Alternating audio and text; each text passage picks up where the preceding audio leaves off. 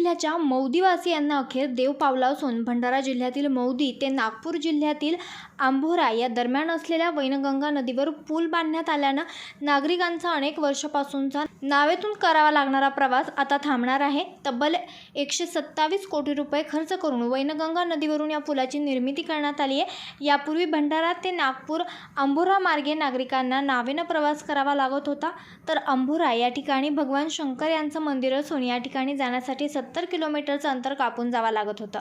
पण आता फक्त नदी पार केली की नागरिकांना सहज मंदिरात प्रवेश करता येईल। या परिसरात नागरिकांना नागपूर जिल्ह्यातील कुही नागपूरला जाण्याचा मार्ग अगदी जवळ होणार आहे।